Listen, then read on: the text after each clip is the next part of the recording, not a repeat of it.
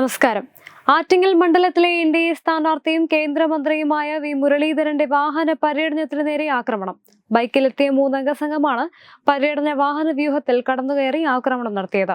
പള്ളിക്കൽ ഗ്രാമപഞ്ചായത്തിലെ പകൽക്കുറി കൊട്ടിയമുക്കിൽ വെച്ചായിരുന്നു ഈ ഒരു സംഭവം നടന്നത്.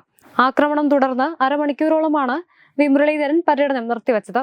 പള്ളിക്കൽ പോലീസ് എത്തിയതിനു ശേഷമാണ് പര്യടനം തുടർന്നതും. ആക്രമണത്തിന് നേതൃത്വം നൽകിയത് CPM മുൻ പഞ്ചായത്ത് അംഗത്തിന്റെ മകനാണെന്നാണ് ലഭിക്കുന്ന വിവരം.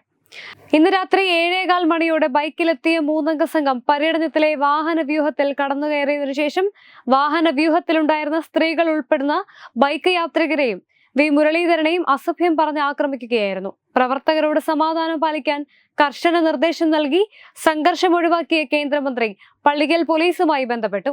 കേന്ദ്രമന്ത്രിയുടെ സുരക്ഷാ ഉദ്യോഗസ്ഥനും പോലീസിൽ വിവരം അറിയിച്ചു.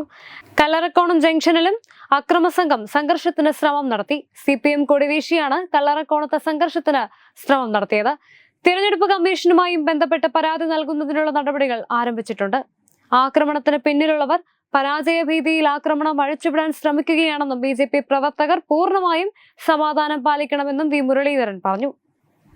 Web desk Tatwamayi news.